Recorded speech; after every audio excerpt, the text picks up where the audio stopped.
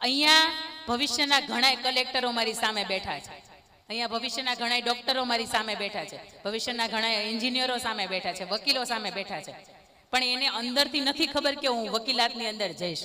ઘણા સારા એવા પેઇન્ટરો, હમણાં નાનો એવો દીકરો હતો, ક્યાં ગયો? મેં કીધું બેટા તને સ્કેટિંગ આવડે છે? મને કે હા હા, ગુજરાતમાં બીજો નંબર લઈ આવ્યો. બોલો, સ્કેટિંગ તમને મન પહેરાવે ને તો અહીંથી ન્યા પોગ્યા ને કેટલાય ફ્રેક્ચર થઈ જાય. ત્યારે વંદન છે આવા દીકરાઓને કે નાનપણથી એને ખબર પડી ગઈ છે મારે આ લાઈનમાં જવું છે. અને બીજી વાત કે મા બાપ તરીકે તમને એમ થતું હોય કે અમે નથી ભણ્યા, અમારા દીકરા ભણવા જ જોઈએ, તો આ વાત ખોટી છે. એટલા માટે કે તમારા દીકરાને ડોક્ટર થવું નથી, એને ચિત્રકામ ગમે છે અને તમને એમ છે કે ભગવાન આપણને થોડી ખરખાઈ આપી છે ને તો મારો દીકરો ડોક્ટર જ થવો જોઈએ. પણ આની અંદર એ બાળક નથી ચિત્રકામની અંદર આગળ વધતો કે નથી ડોક્ટરની અંદર આગળ વધતો. એટલે આપ સૌને મા બાપને બે હાથ જોડી વિનંતી, તમારું બાળક એમ કે 11-10મા ધોરણની અંદર 90% આવ્યા પછી કે મારે આર્ટ્સમાં જવું છે, એને હસતા મુખે જવા દેજો. કારણ કે ઘણા બાળકોનો આ સવાલ હોય છે કે અમારે છે ને આ લાઈનમાં જવું છે કે અમારે આ બનવું છે, પણ અમને અમારા મમ્મી પપ્પાની ના હોય. મારે ખુદને પોલીસમાં જવું હતું, ઘરેથી ના હતી કે પોલીસમાં નથી જવાનું. પછી યુપીએસસીમાં જવું હતું તો ઘરેથી પાછી ના હતી કે એમાંય નથી જવાનું. એટલે આજ તમારી મારી હું વચ્ચે અહીં સામે ઊભી છું. પોલીસમાં હોત તો હું ક્યાંક ડ્યુટીની અંદર હોત તો. પણ હજી કોઈ ખાખી ધરેલી કોઈ વ્યક્તિ જો તો એમ થાય કે કદાચ આપણે જવું હતું અને આપણને જઈ ન શકાય, એવા ઘરની પાબંદી હતી. એટલે બે હાથ જોડીને બે મા બાપને વિનંતી કરું છું કે બાળકને જે વિષયની અંદર રસ હોય અંદર એને જવા દો. એટલા માટે કે 24 કલાકમાંથી 19-20 કલાક કામ કરશે ને તો એને થાક નહીં લાગે. એટલા માટે કે એને ગમતો વિષય છે, એ ગમતું પ્રોફેશન છે. એટલે એ આપણને એવું શીખવે છે કે લક્ષ્યની સાથે જીવો. તમારા બાળકોનું લક્ષ્ય છે એ અલગ છે અને તમે ઈચ્છતા હોય કે મારું બાળક આવું જ બને, તો એવું નહીં. તમારું બાળક જેમાં બનવું છે ને એમાં જવા દો. કવિ કલાપી હતા, એને કોઈ ઝવેરચંદ મેઘાણી છે, એના પપ્પાએ એવું વિચાર્યું કે નહીં મારો દીકરો તો એન્જિનિયર જ બને, તો આજે રાષ્ટ્રીય શાયરનું બિરુદ પામનાર આ ઝવેરચંદ મેઘાણી આપણને ન મળ્યા હોત. દુનિયાના જેટલા પણ વ્યક્તિઓ છે, આપણા ઘરની અંદર 10 વ્યક્તિ રહેતા હોય તો 10-10 ના મગજ અલગ હોય, હા ને? તો 10-10 ની ઈચ્છાઓ પણ અલગ હોય. તો આપણા બાળકની જે ઈચ્છા છે, જે લક્ષ્ય છે, એ પૂરું કરવા માટે એનો હાથ પકડીને લઈ જાઓ. બેટા તું ચિંતા શું કરે છે? તું મોચી ભલે બને પણ વિશ્વનો શ્રેષ્ઠ મોચી બને. તારું નામ ઇતિહાસના પન્નાની અંદર લખાય કે વિશ્વનો આ શ્રેષ્ઠ મોચી છે. ભલે તને ઢોલ વગાડવો ગમે છે પણ વિશ્વનો શ્રેષ્ઠ ઢોલ વગાડ. કાદિર ઢોલવાળા, મને ખ્યાલ નથી અહીંયા આવ્યા છે કે નહીં. લગ્નની અંદર ઢોલ વગાડવા જાય ને, એક લગ્નની અંદર 50,000 રૂપિયા લે છે. મહિને કઈ ઓછી આવક છે એની? ડોક્ટર હોય ને એની એટલી બધી આવક ન હોય. એક લગ્નના 50,000 રૂપિયા એટલે 30 દિવસ આવે. ગણો, ગુણાકાર તો કરો. તમારે મારા મગજની અંદર એ નહીં આવે. એટલે પ્રોફેશન 64 કળાઓ છે અને 64 કળાઓમાંથી જે કળાની અંદર તમારું બાળક ઈચ્છે છે એને મહેરબાની કરીને જવા દો. કારણ કે એની અંદર એ શ્રેષ્ઠ બની શકે ને એના ચાન્સ વધારે છે. એના પછી ABCD નો બી શીખવે છે કે બિલીફ, આત્મવિશ્વાસ. હું કોઈ પણ અહીંયાથી દીકરીને ઊભી કરું અને હું એમ કહું કે આલે આ બોલ, આમાં કંઈક ડર લાગે ને? કેમ ડર લાગે ખબર છે? આ માઇકનો કે આ મંચનો ડર નથી, માલીપા કાંઈ નથી ને, એનો ડર છે. એટલે આત્મવિશ્વાસ ઘણી વખત ઘણાયને ડગુમગુ હોય કે આમ થશે કે નહીં. પણ ઘરની અંદર તમે સમજો ચોરી થાય તો શું તૂટે? પેલા શું તૂટે? તાળું. અને તમારે મારે ઘરની બહાર જવું હોય તો આપણે સૌથી પહેલા શું મારીએ? આપણે ખબર છે કે આ તૂટવાનું, છતાંય આપણને વિશ્વાસ હોય કે ના ના, બીજા ચોર બીજા બધાને ઘર પકડશે પણ મારું ઘર નહીં પકડે. હા કે ના? પછી લગ્ન થતા હોય, ગુજરાતમાં અત્યારે 10માંથી 4 લગ્ન જીવન ભાંગે છે. કંકોત્રી છપાતી હોય, વેચાતી હોય, લગ્ન થતા હોય, ફેરા ફરાતા હોય, ત્યારે કોઈને આવો વિચાર આવે કે તું ખમી જા, ઘડીક વિચારી લેવું કે આપણું હાલશે કે નહીં હાલે એમ. ત્યારે આત્મવિશ્વાસ હોય, હા કે ના? રસ્તા ઉપર તમે જાઓ તો કોઈ 2 વ્યક્તિ ભેગા થયા, અથડાણા અને સિવિલ હોસ્પિટલમાં દાખલ થયા, આવા ક્યાંય કિસ્સા નથી. 2 વાહન ભટકાય અને એમાંથી કોઈ વ્યક્તિને તકલીફ થાય, પણ એ વાહન, આપણને ખબર છે વાહનથી જ અકસ્માત થાય છે, છતાંય સરસ મજાનું રક્ષાબંધન હશે, જન્માષ્ટમી હશે, દિવાળી આવતી હશે, ત્યારે સૌથી વધારે જો સેલિંગ થતું હશે ને તો વાહનોનું થતું હશે. કારણ કે આપણને ખબર છે કે આપણું વાહન છે ને, આપણે ભગવાનની પૂજા કરાવી છે, શ્રીફળ વધેરી છે, પછી લાવીએ, એટલે આનાથી અકસ્માત નહીં થાય. બધા જ વ્યક્તિને એ બધાની ઉપર વિશ્વાસ છે, પણ પોતાની જાત ઉપર તો કે એ વિશ્વાસ નથી. હમણાં 5મી સપ્ટેમ્બર આવે છે. તમે કોનો જન્મદિવસ તરીકે ઉજવો છો? 5મી સપ્ટેમ્બર કોનો જન્મદિવસ છે? શિક્ષક દિનમાં ક્યારેય ટીચર બન્યા જ નથી? બન્યા છો તો કઈ તારીખ હોય? 5 સપ્ટેમ્બર. ડોક્ટર સર્વપલ્લી રાધાકૃષ્ણન એ આવડા જ હતા, 5 વર્ષના હતા. એમના મમ્મી એને ખબર પડી કે ગામની અંદર એક વ્યક્તિ આવ્યા છે કે જે ભવિષ્ય જોવાનું કામ કરે છે, અને તમને મને કોક એમ કે ભવિષ્ય જોવે છે, એટલે તમને મને અંદર એટલા બધા આપણે હરખ પદુડા કે આપણને થાય જ એક વખત એને હાથ બતાવી આવીએ. પછી ભલે અંદર તમને એમ કે તમને ઓલો દોષ છે ને આ દોષ છે ને વિધિ કરાવવી પડશે ને, તો કે આ રેડી, પણ એક વખત બતાવી આવીએ કે આપણે ભવિષ્યમાં શું થવાનું છે. એના માતાને એવું કે મારું બાળક કેટલું ભણશે, હાલ ને હું ઈ જાઉં. એ 5 વર્ષના બાળકને લઈને જાય છે ગામની અંદર, લાઈનમાં ઉભા રહે, પોતાનો વારો આવે, પોતે જોવે. પેલા ભવિષ્ય શાસ્ત્રી હોય ને જોવે ને એમ કે તમારા બાળકની અંદર હાથની અંદર વિદ્યા રેખા નથી, એટલે તમારું બાળક ભણી નહીં શકે. એટલે એના માતા તો રડવા લાગે છે, અને રડતા રડતા પાછા ઘરે આવે છે. એ 5 વર્ષનું બાળક એવું પૂછે કે માતા શા માટે રડો છો? એટલે કે બેટા એટલા માટે રડું છું કે તું ભણી નહીં શકે. પેલા ભવિષ્ય શાસ્ત્રી એવું કહેતું કે તારા હાથની અંદર વિદ્યા રેખા નથી. એટલે કે માં વિદ્યા રેખા ક્યાં હોય? એટલે એની માતા બતાવે કે વિદ્યા રેખા અહીંયા હોય. મને નથી ખબર, હું તમને ખાલી એમને જ કહું છું, હું ભવિષ્ય શાસ્ત્રી નથી. એટલે એને માતા બતાવે કે અહીંયા હોય.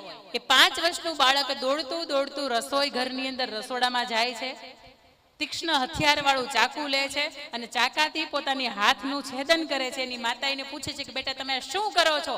ત્યારે 5 વર્ષનું બાળક આત્મવિશ્વાસની સાથે એવું કહે છે કે માં હું વિદ્યા રેખા દોરું છું. ભગવાન આપતા ભૂલી ગયો હોય તો શું થઈ ગયું? હું મારી હાથે દોરું, તું ચિંતા હું કર, હું ભણીશ, અને એટલો બધો ભણીશ કે તારું નામ તો ગર્વભેર યાદ કરીશ જ તે, પણ આખી વિશ્વ મને, આખું વિશ્વ છે એ મને ઓળખશે.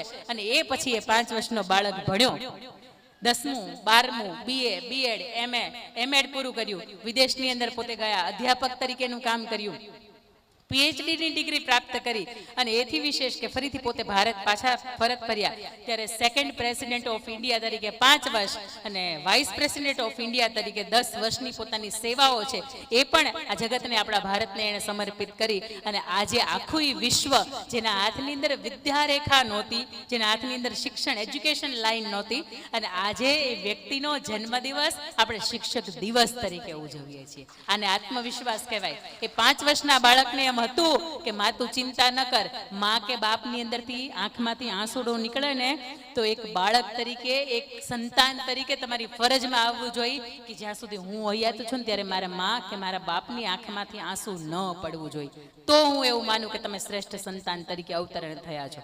બાકી તમે એક ભાઈ હોય, એક બેન હોય, 2 બહેનો હોય, અને બીજું ઘણી વખત સમાજને એમ પણ થતું હોય કે એને ત્યાં 2 દીકરીઓ છે.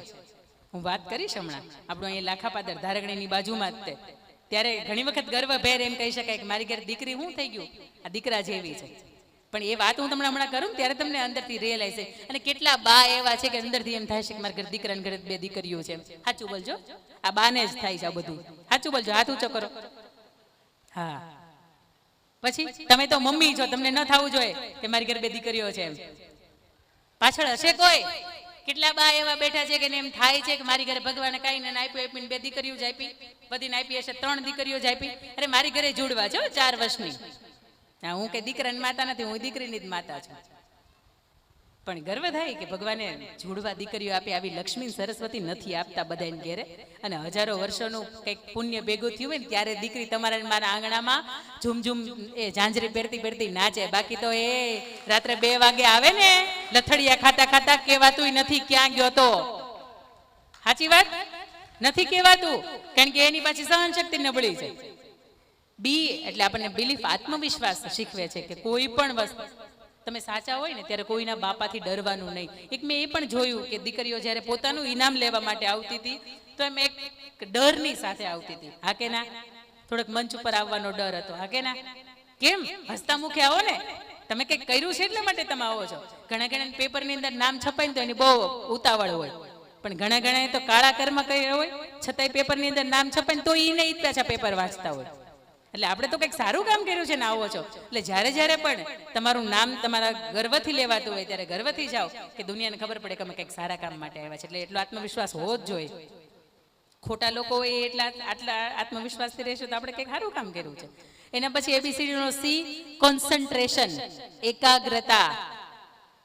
ઘણા બા એવા અહીંયા બેઠા હશે કે માળા ફેરવતા હશે, પણ ચા દાજી ગઈ હશે, ચા ઉભરાઈ ગઈ હશે, માખણ દાજી ગયું હશે, રોટલી બળી ગઈ હશે, પછી હશે. મારે જો હું એની રિસ્પેક્ટ કરું છું દિલથી, પણ ઘણી વખત તમને એમ થાય કે બા આપણા માળા ફેરવે છે પણ બાને બધી ખબર હોય, એટલે તમે કોઈની ઘૂસપૂસ કરતા હોય તો વિચારજો કે બા માળા ફેરવે છે પણ એના કાને ખુલ્લા છે ખરા.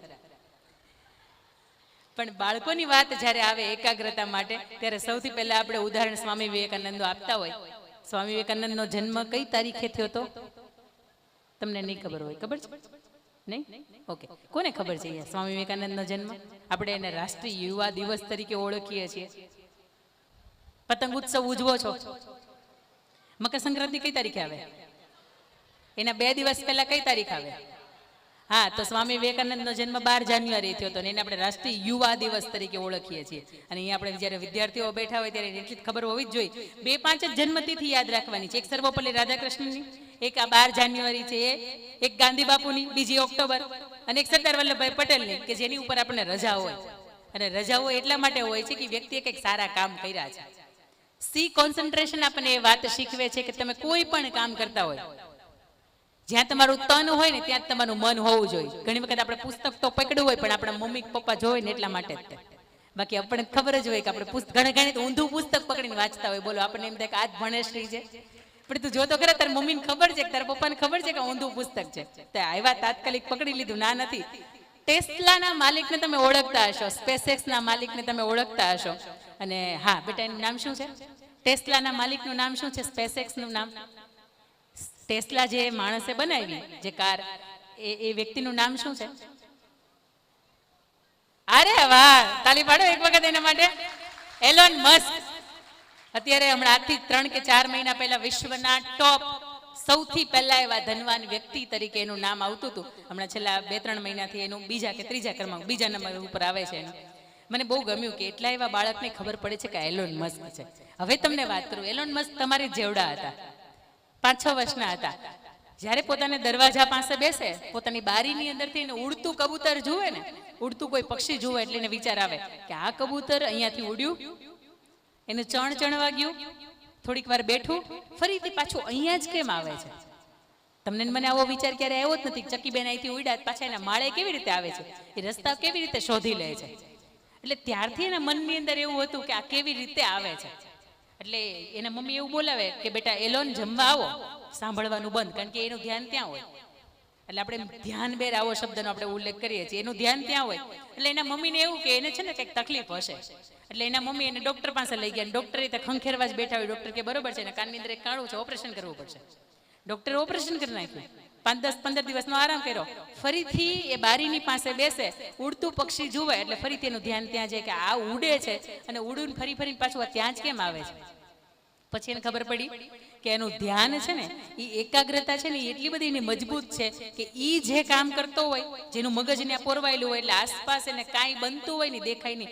તમે 24 કલાક તમે ગિરનાર ચડી આવ્યા હોય, થાયકા હોય, અને બાજુવાળાના ઘરે લગ્ન હોય, ધબધબાટી ઢોલ વાગતો હોય, તમને ઊંઘ આવે? હા કે ના? આવી જ જાય. કેમ? કે તમારા શરીરમાં થાક છે. એટલા માટે તો આ મન જ્યાં એકાગ્રતા હોય ને, એની આસપાસ શું થાય છે ને એની એને કાંઈ લેવા દેવા ન હોય. પછી જ્યારે મોટા થયા, સ્પેસએક્સ બનાવી, ટેસ્લા બનાવી, અને આજે મંગળ ઉપર યાન એવું બનાવે છે કે અહીંથી ઉપડે, મંગળ ઉપર જાય અને ત્યાં ફરીને એનું જે રિસર્ચ કરવાનું હોય ત્યાં ફરીને પાછું ત્યાં આવે. પણ એની શરૂઆત ક્યારે થઈ ગઈ હતી? એક ઉડતું એને કબૂતર કે ઉડતું એ પક્ષી જોયું ને ત્યારથી. એટલે જ્યારે તમે જે પણ કામ કરો છો, તમારું ધ્યાન તન, મન અને ધનથી તમે એક જ જગ્યાએ સમર્પિત હોવા જોઈએ.